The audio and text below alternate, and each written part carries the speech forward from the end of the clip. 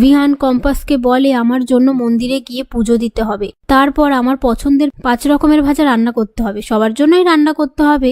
ছেড়ে দাও, তুমি এসব পারবে না, তুমি ল্যাবের কাজটাই ভালো জানো। কম্পাস বলে কি বলছেন, আমি পারবো না, আমি সব পারবো। এই নিয়ে তারা কথা বলতে থাকে। ওদিকে অখিলেশ মুক্তিকে বলে এখন আমি কিচ্ছু করতে পারবো না, এখন তোমাকে আগের মতো থাকতে হবে, সবাইকে ফিল করাতে হবে যে আমার আর তোমার মধ্যে কোনো সম্পর্ক নেই। কম্পাস আমার মুক্তিকে ভয় দেখিয়েছে, আমি ওকে ছাড়বো না। তখনই অভিজ্ঞান ফোন করে অখিলেশকে বাড়িতে ডাকে। এরপর অখিলেশ অভিজ্ঞানের সাথে দেখা করতে আসে। তারপর অভিজ্ঞান বলে কাল বিহানের জন্মদিন, কম্পাসকে ওই বাড়ি থেকে বের করে দিতে হবে। অখিলেশ বলে সেটা কি করে সম্ভব, এখন বাড়ির যা পরিস্থিতি কোনোভাবেই কম্পাসকে বের করে দেওয়া সম্ভব নয়। অভিজ্ঞান কোনো কথা না শুনে বলে ওকে বের করে দিতেই হবে। পাশ থেকে মোনালিসা বলে সত্যি বলছো দাদু, বিহানের জন্মদিনের দিন ওর পাশে শুধু আমি থাকবো? কম্পাস কেনই বা থাকবে, আমি বিহানের জন্য সমস্ত কিছু অ্যারেঞ্জমেন্ট করব। ওদিকে কম্পাস ঋতুজাকে বলে বিহান স্যার আমাকে বলেছে মন্দিরে গিয়ে পুজো দিতে, ওনার জন্য সমস্ত রান্না করতে।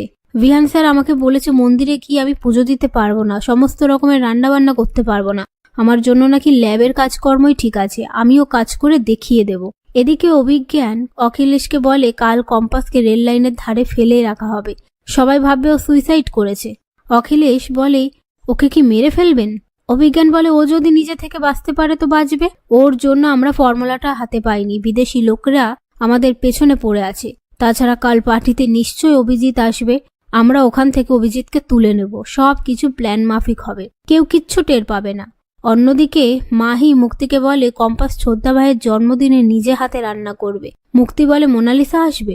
সেই মুহূর্তে অখিলেশ এসে বলে হ্যাঁ আসবে, আর মাহিকে বাইরে যেতে বলে। তারপর অভিজ্ঞানের প্ল্যানটা মুক্তিকে বলে দেয়। সেই প্ল্যান শুনে মুক্তি খুশি হয়ে যায়। এদিকে কম্পাস বিহানের জন্মদিনে কোথায় পুজো দিতে যাবে সেই কথা বললে মেঘ রশ্মিকা কম্পাসকে শিব মন্দিরের কথা বলে। তখনই মুক্তি এসে সঠিক কোথায় পুজো দিতে যাবে সেই কথা বললে কম্পাস বলে ঠিক আছে, তাহলে আমি ওখানেই পুজো দিতে যাব। পাশ থেকে মেঘ বলে তার আগে রাতের প্ল্যানিংটা সেরে